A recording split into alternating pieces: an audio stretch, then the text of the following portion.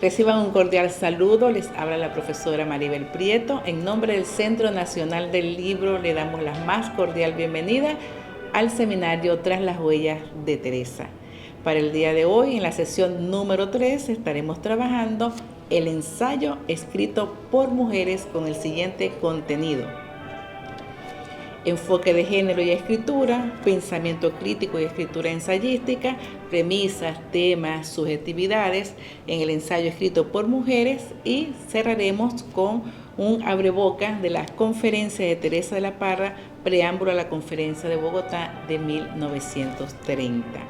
Como hemos venido trabajando en el transcurso de las sesiones anteriores, hemos hecho un avance significativo. Pasamos por el ensayo como género literario, las formas de escribir el ensayo, la influencia que tuvo Europa y la Ilustración en la escritura del ensayo a partir de Montaigne, y luego vimos cómo el ensayo ha sido una forma literaria que incluye la vivencia personal, la crítica, la autocrítica, las microcrónicas y, por supuesto, las referencias a autores y autoras que se hacen suyos para quien las escribe en el momento de argumentar el tema que se tiene en el ensayo a escribir.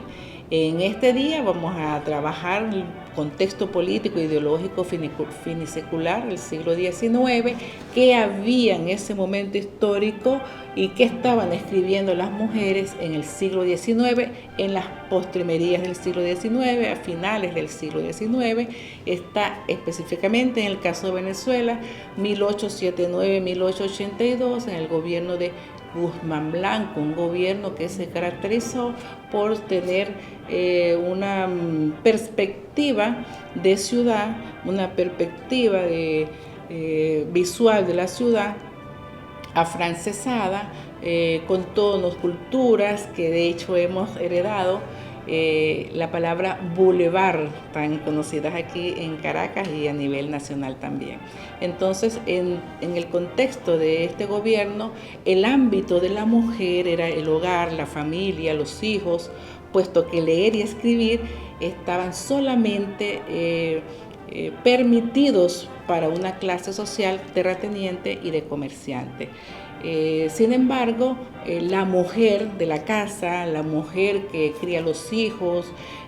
constituye un factor importante en las finales del siglo XIX, porque expresa su subjetividad a partir de formas de escritura narrativas de la novela que vienen de esos barcos y en esos cargueros que llegan al puerto de Venezuela, con toda la literatura que hemos revisado también, de Gustave Flaubert, por ejemplo, y de todos los franceses, los ingleses, los europeos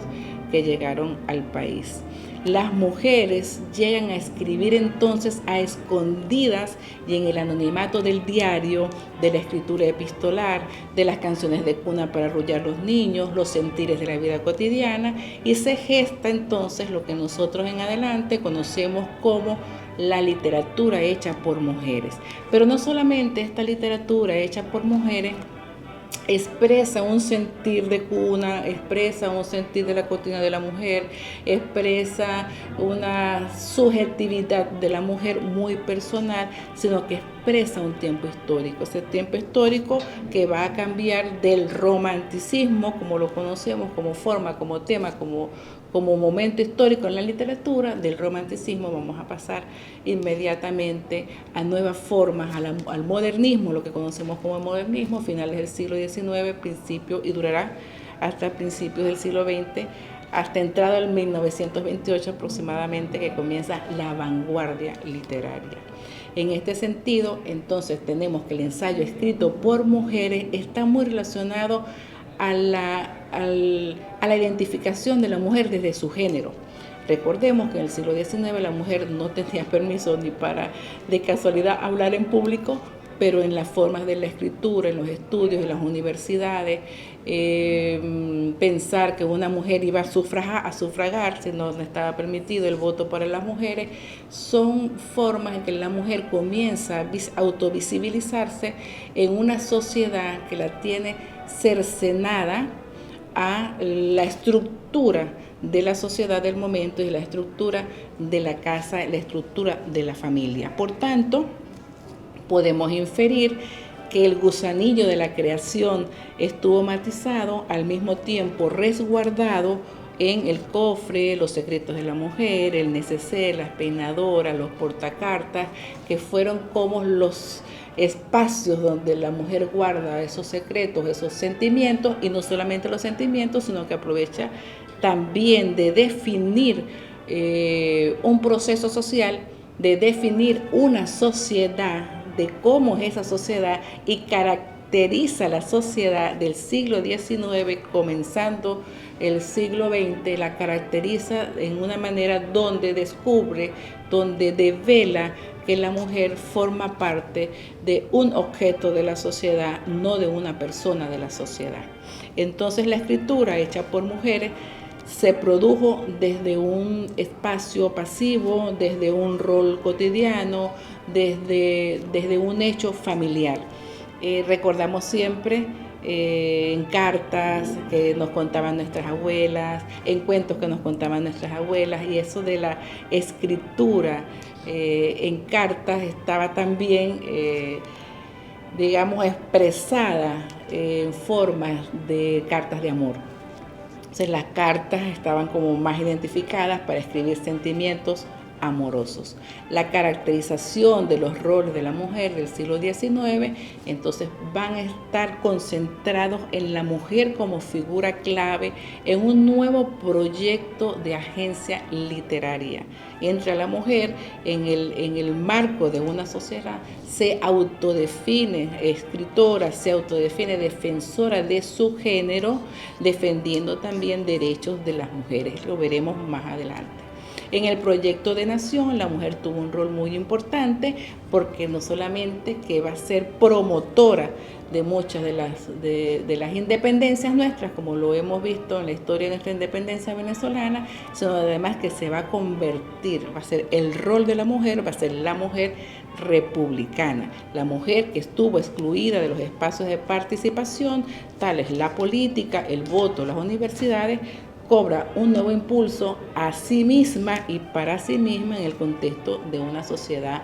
machista, cerrada, discriminatoria. La Iglesia es la que orienta el poder moral y las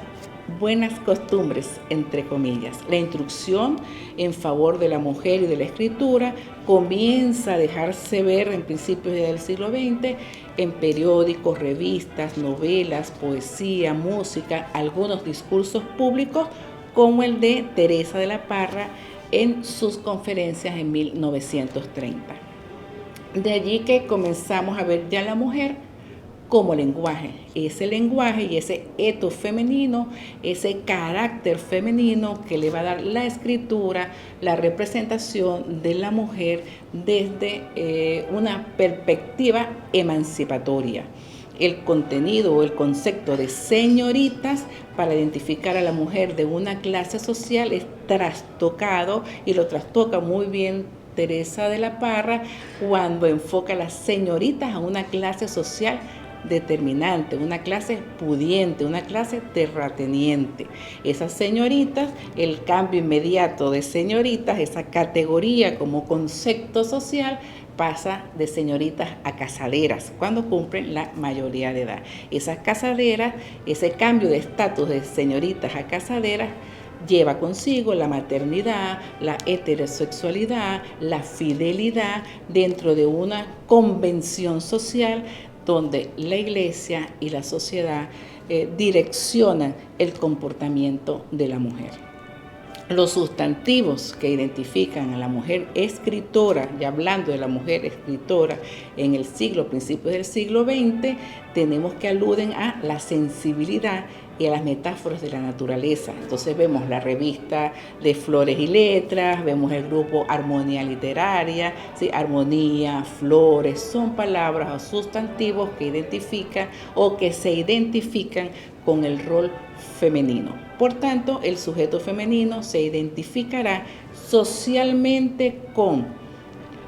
desde el punto de vista de la sociedad machista, con lo banal, con lo intrascendente y con un marcado rol de los estereotipos de los comportamientos sociales. Así que la mujer tiene un comportamiento bien definido dentro de la sociedad, y salirse de ese comportamiento a partir del discurso, como lo hace Teresa de la Parra, es como caer muy mal dentro de la sociedad, o lo que diría Sor Juana Inés de la Cruz en 1600: si mujer que sabe latín tiene muy mal fin. Ser una mujer lectora, una mujer escritora, una mujer que podría opinar sobre la política, que era prácticamente algo imposible, estaba como ajena al orden social establecido en el momento de la colonia. Referentes tenemos de mujeres escritoras en Latinoamérica, montones, muchísimas, valiosas, escritoras, sobre todo narradoras, y mujeres además que dieron la lucha importante, no solamente en el continente, sino que también bebieron de la fuente de otras mujeres de la Ilustración. Ya lo veremos. La que cabalga todo lo que es el ensayo, la literatura, lo vemos en Sor Juana Inés de la Cruz, 1648, y tiene un referente muy, muy importante que va a ser Olimpia de Gers, que es la mujer que defiende la Revolución Francesa en 1789, y que de esta revolución que nace hasta el día de hoy, los derechos del hombre, los derechos universales del hombre, entonces ella escribe su contraparte diciendo los derechos universales de la mujer y de la ciudadana, para dar visibilidad a las mujeres en un proyecto revolucionario como fue el proyecto de Revolución Francesa de 1789, y que trabajaron y que hicieron esfuerzo mujeres importantes como Olimpia de Gers en Francia, y que fueron olvidadas y que fueron apartadas de todo el proceso de la Revolución Francesa, que lo acaparó, por supuesto, el Estado, y que lo acapara la Nueva República, y la Nueva República es comandada por hombres. Tenemos autoras como Clorinda de Mato Túnez en Perú, Gertrudis Gómez de Avellaneda en Cuba, mujeres que también bebieron de otras fuentes, de otras lecturas, que tuvieron la oportunidad de conocer esos autores que nosotros conocemos como el siglo de la Ilustración. En España tenemos a Rosalía de Castro, que además esta escritora, Rosalía de Castro, decidió escribir en gallego, con formas del lenguaje en gallego y no precisamente en el español de Castilla. Ya escribir en un lenguaje distinto al que decía la institución ya era altamente sospechoso. Delmira Agustini, que la revisamos en las sesiones anteriores, tenemos a Gabriela Mistral en Chile, Teresa de la Parra, por supuesto, en Venezuela, y entrada ya el siglo XX, una autora importante para la defensa de la mujer que se llama Rosario Castellanos en México. Rosario Castellanos viene a hacer una revisión histórica desde Sor Juana Inés de la Cruz hasta el siglo XX, donde retoma el tema de mujeres que hablan latín tienen mal fin, la expresión de Sor Juana Inés de la Cruz, y le da la vuelta. Y dice, no, mujer que habla latín sí puede expresar sus ideas, mujer que habla latín sí puede tener buen fin. Ella da un cambio y además aprovecha para hablar del pueblo indígena chapaneco, una mujer de Chiapas, de Tuxtla Gutiérrez, del estado de Tuxtla Gutiérrez, y de allí saca la bondad, la firmeza de la mujer, el ideal de la mujer de Chiapas. Esta escritora, Rosario Castellanos, va a ser una escritora de vanguardia, dentro, por supuesto, del contexto del modernismo, pero va a dar pasos importantes para la identificación de la mujer como escritora y como parte de una sociedad que puede hablar, que puede pensar, que puede decir, que puede opinar, y que de hecho puede tener cargos públicos y políticos como los tuvo ella, como los tuvo Rosario de Castellanos. Llegamos entonces a nuestra Teresa de la Parra, y qué maravilloso que El perro y la rana publicó este libro solamente con sus 3 conferencias, influencia de las mujeres en la formación del alma americana. ¿Qué es lo que hace Teresa de la Parra en estas 3 conferencias? Lo veremos en adelante, y hoy vamos a dar el abreboca de las conferencias, porque antes de ella redactar, escribir, estudiar estas conferencias, ella hace un preámbulo a la conferencia de 1930 que da en Bogotá. Algunos amigos de Teresa de la Parra que ya han leído, ya se ha sido publicada Ifigenia en 1924 y Memorias de Mama Blanca en 1929, ya escritas, ya premiadas, ya galardonadas. Ya Teresa de la Parra tenía cercanía con un grupo de escritoras y de escritores latinoamericanos. En el caso fue amiga personal de Gabriela Mistral, y esa de impronta también de Teresa, de viajera, esos viajes que hace entre Caracas, México, Mesoamérica, París, Europa, le permiten además conocer otros aires, ver otras formas de cultura y por supuesto leer otros autores. En esta conferencia, Teresa de la Parra hace un llamado de atención importante en el preámbulo, porque ella es como catalogada de superflua, es catalogada, puede ser de una chica de la sociedad, de una escritora del momento, y las preguntas que le hacen sus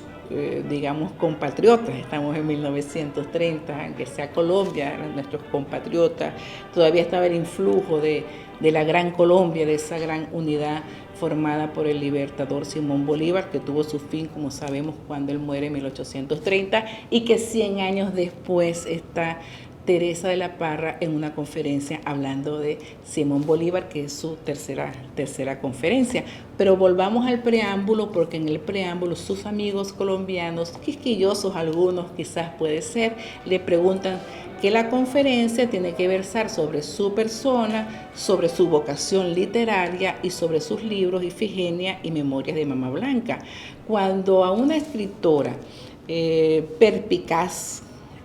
como lo es Teresa de la Parra, le hacen una pregunta tan sutil y tan puntual como que hable y que verse sobre su persona y de esa historia de su vocación literaria, realmente para Teresa es una provocación. Pero esa provocación ella la transfigura y dice, es un reto para mí. Es decir, entendiendo que es una provocación que le hacen los compañeros escritores colombianos, ella lo asume como un reto y comienza a estudiar y a preparar metódicamente estas 3 conferencias que nosotros y nosotras vamos a revisar. Entonces, el papel de la autora frente al público estuvo marcado por 3 premisas. Esas premisas fueron expuestas en ese preámbulo: su compromiso ético, político y literario.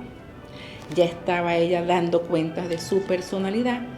ya Teresa de la Parra estaba anunciando que fue un compromiso ético, que era un gran reto ir a Colombia, y también lo adereza un poco con su buen humor. Tenía un humor excelente y dice, tuve que prepararme porque de tal invitación me puse muy nerviosa, no sabía qué decir, tengo que preparar para hablar en público en Colombia y tengo que hablar de las preguntas que me están haciendo. Claro, estas preguntas que a Teresa de la Parra le hacen, estas 3 preguntas, se convierten en 3 conferencias, pero ella responde a las 3 preguntas en un preámbulo realmente relampagueante, corto y preciso, pero también profundo, porque ella dice que su vocación literaria ha sido intermitente y realmente frágil, y que la decisión del tema para preparar las conferencias, para aceptar esta invitación, más que un compromiso de escritora, es casi un deber, es decir, un deber patrio, un deber moral. Quizás luego de explicar estos 3 temas o estos 3 puntos que le preguntan en las conferencias, es donde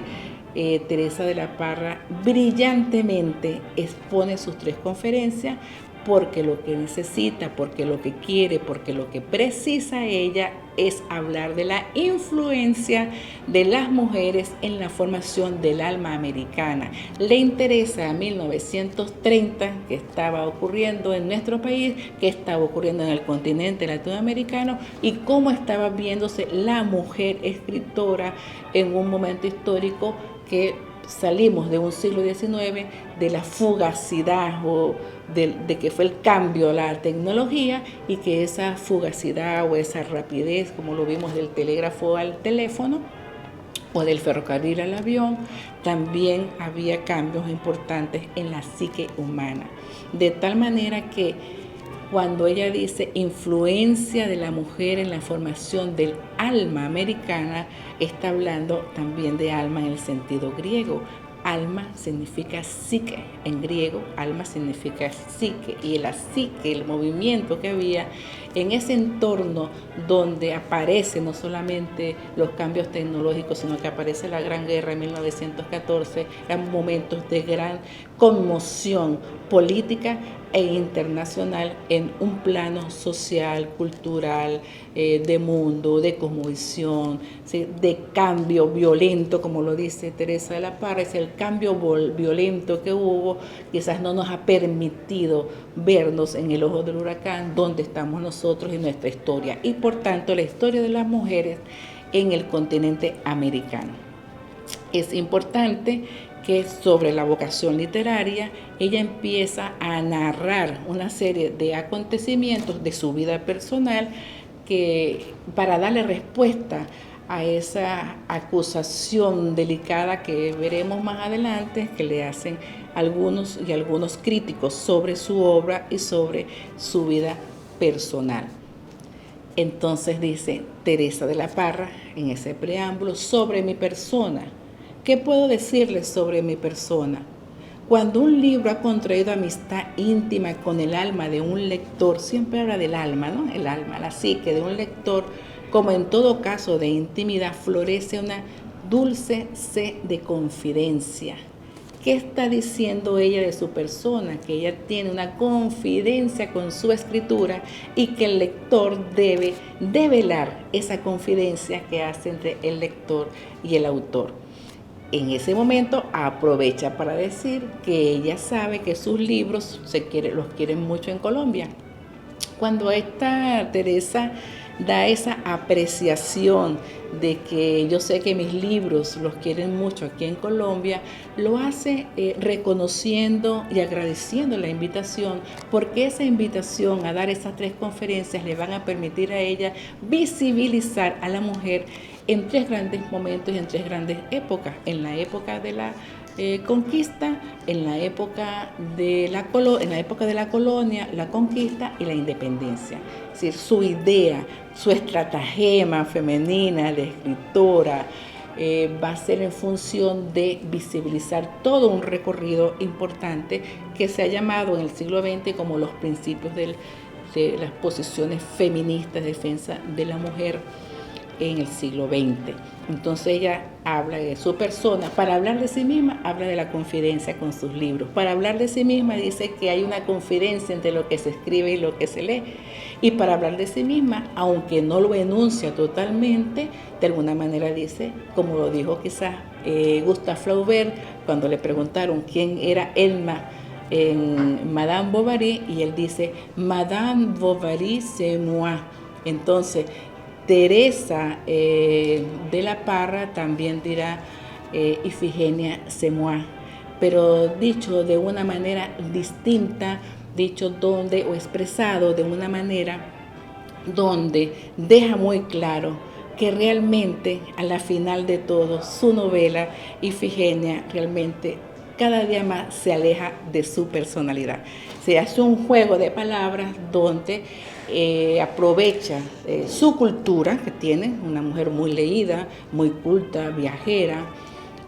aprovecha su cultura para expresar su ideal y su convicción política, ideológica de la mujer y del contexto histórico en el que ella defiende, que es el contexto histórico del siglo XX. Ella dice, soy muy feliz de ser una mujer del siglo XX. Hay quienes todavía piensan que están en la colonia, se regodean pensando en la colonia, dicen que la colonia es el mejor fruto que ha tenido la expresión de la conquista, pero no, esos son historias. Y de esas historias, entonces ella va a hacer unas definiciones en 3 momentos claves. De su vocación, dice, cuando se corrió la voz de que mis libros no son escritos por mí, fíjense, ¿no? Ya la trama de la oposición, de esa crítica en contra de la literatura de Teresa de la Parra, ella advierte, dice que cuando sus libros no son escritos por mí, fui la primera en creerlo con bienestar y alegría. O sea, el humor que ella aprovecha, además para develar, pero también una crítica contestataria y sin prejuicios. Dice que mis libros ya no son míos, hasta cierto punto es verdad. Fuera del nombre, no reconozco nada de mí en mis obras. Entonces es un juego de palabras permanente en ese preámbulo de las conferencias sobre los personajes de Ifigenia y Mamá Blanca, que además termina su preámbulo de estas conferencias hablando de sus personajes, que los personajes, tanto de una novela como de la otra, realmente lo que representan es la sociedad actual del momento, no solamente en Venezuela, también en Europa. Ella dice, el diario de María Eugenia, vamos a ver que es una exposición, como lo dice su autora Teresa de la Parra, un caso típico de nuestra enfermedad contemporánea. Esa es la respuesta que Teresa de la Parra da a las preguntas de esa invitación que le hacen en Colombia, y ella encierra en 2 conceptos importantes. Uno, la enfermedad contemporánea y el libro y su obra de Ifigenia. Es decir, da 2 respuestas al mismo tiempo, tanto de un momento histórico que está sucediendo y por supuesto da respuesta a la pregunta de su creación, de su producción literaria. Es importante que cuando nosotros escuchamos decir a Teresa de la Parra, Teresa de la Parra, María Eugenia, pero en este caso cuando escuchamos a la conferenciante Teresa de la Parra decir enfermedad contemporánea, es una exposición de un caso típico de una enfermedad contemporánea, nos remitimos inmediatamente a un autor importante que escribió un libro que se llama, ustedes lo verán en la lámina, César Sumeta, y escribe El continente enfermo. Ese continente enfermo de posguerra, de pobreza en el país, pero no solamente una pobreza material, sino una pobreza espiritual. A lo que se refiere César Sumeta es la misma pobreza espiritual o parte de la misma pobreza espiritual a la que hace referencia nuestra Teresa de la Parra. Fíjense que ella dice que ese caso de enfermedad contemporánea no es otra cosa, y ahí una categoría importante, que el bovarismo hispanoamericano. ¿Qué es lo que está diciendo Teresa de la Parra cuando nos habla del bovarismo hispanoamericano? Nada más y nada más que está bebiendo de las fuentes de Gustave Flaubert, el escritor de Madame Bovary. El bovarismo hispanoamericano, es decir, la cultura, la tristeza, la angustia, la enfermedad, el dolor, el sufrimiento de ese nostálgico siglo XIX que vemos en la novela de finales del siglo. Entonces, revisamos nosotros aspectos, ¿no?, de la escritura de un ensayo, y ahí vemos reflejado la función emotiva, la función denotativa, la función poética en este aspecto cuando ella se refiere a esa inconformidad aguada por el cambio brusco de temperatura. Una gran metáfora, cambio brusco de temperatura, es el cambio de siglo y falta de aire de este nuevo ambiente. Así que ese cambio de siglo le falta algo distinto a ese siglo que ella está viviendo, a ese siglo que está heredando de la conquista, de la colonia y de la independencia. Por tanto, siempre va a permanecer en Teresa de la Parra una crisis que atraviesa la sociedad, pero es la misma crisis que está atravesada por las mujeres y que no se cura, como dice ella, predicando la sumisión, la sumisión, la sumisión. Ya ese verso lo hemos leído, lo hemos analizado, sino que en la vida mansa de las mujeres puede encerrarse toda dentro de ellas, dentro de una casa, en esa vida mansa encerrada de las mujeres, sobre todo en las mujeres que ella referencia en la colonia, una mujer con un espíritu o con esa formación o un espíritu que contribuye a la formación del alma americana. Tenemos entonces que para Teresa de la Parra, sus libros, sobre todo Ifigenia, va a ser el caso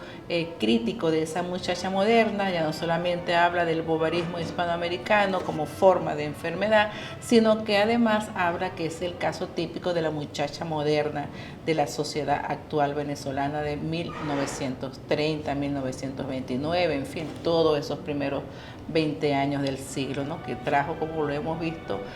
cambios trascendentales para la sociedad, para el mundo, para las nuevas neocolonizaciones. Por tanto, dice Teresa de la Parra, es urgente remediar, y lo más importante que hay que remediar es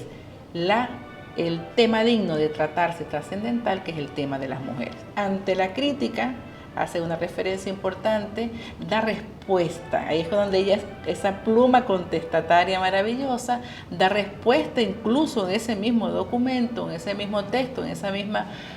misma preámbulo de sus conferencias, da respuesta a la crítica que le hacen a su obra. Vemos dos posiciones en esta crítica, que es una permanencia en el discurso de Teresa de la Parra, siempre situarse en dos polos, en dos posiciones, o expresar dos ejemplos para llegar a una conclusión de su pensamiento o de lo que quiere exponer en ese momento. En este caso, cuando habla de la crítica, dice que su obra fue atacada de manera con una matriz volteriana, pérfida, peligrosa, y que esa matriz con la que fue atacada su obra, ella dice, por algunos moralistas, fíjense la palabra que utiliza, algunos moralistas, entre comillas, unos amables, con amable ecuanimidad, y otros con violentos anatemas. Obviamente el violento anatema es el caso de la mujer que no puede darse el lujo de pensar por sí misma. Entonces ella nos dirá que ese diario de María Eugenia no es otra cosa que el reflejo de las señoritas contemporáneas. Para introducir el tema que viene en la clase que viene, que vamos a tener muy separado y que lo vamos a estudiar por cada una de sus partes, entonces tenemos las conferencias. El abreboca del día de hoy, la conferencia en la conquista, la colonia, la independencia, y vamos a cerrar con tres enunciados importantes porque define Teresa de la Parra en breves enunciados la mujer en la conquista, dolorosa, crucificada por el choque de razas. Lo llama ella el choque de razas, prototipo de primitivas dolorosas. La mujer en la colonia, en cambio, será ya la mística, la soñadora, la de la tradición oral, la de los cuentos de la familia, la de la casa, el colegio y el convento. Ahí hará referencias inminentes a una larga disertación sobre Sor Juana Inés de la Cruz, que veremos más adelante. Y las mujeres de la independencia las caracteriza como inspiradoras y realizadoras, y toma dos ejemplos importantes. Uno, colombiano, fíjense que aprovecha su presencia en Colombia para decir una independentista colombiana que se llamó Pola Salvatierra, y una, por supuesto, revolucionaria independentista, del cual hará un esbozo significativo en la conferencia número 3, que es Manuelita Sáenz. Así que estos tres momentos, estas tres conferencias, que sin ninguna duda van a dar otra cuarta conferencia que veremos en el cierre de la clase. Y la cuarta conferencia, por supuesto, es Teresa de la Parra in situ y en vivo y en directo desde 1930, expresándonos toda esa vivencia, todo ese mundo viajero y toda esa cultura que ella tiene, esas lecturas, una mujer leída, una mujer informada, una mujer viajada, que le permiten hacer una reflexión profunda sobre la historia no oficial. Entonces, concluye Teresa que esta historia de la conquista, la colonia y la independencia en América todas siguen su misma evolución, ¿sí? Desde México hasta Perú y desde Perú hasta México, por supuesto, pasando por Colombia, Venezuela, La Habana, donde estuvo, incluso en esa visita que también hace ella a Nueva York. Bueno, con esto cerramos esta sesión del día de hoy. Nos vemos en la próxima clase.